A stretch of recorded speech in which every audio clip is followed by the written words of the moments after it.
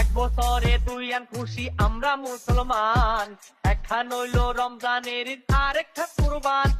এক বছরে দুই আন খুশি আমরা মুসলমান, একখান হইল রমজানের ঈদ আর একটা কুরবান। পান পান পান পান পান খবর একখান দেরি হইয়া যায়, আতর লাগে ঈদের নমাজ পড়িয়া হলায় ভাইজান। খবর একখান দেরি হইয়া যায়,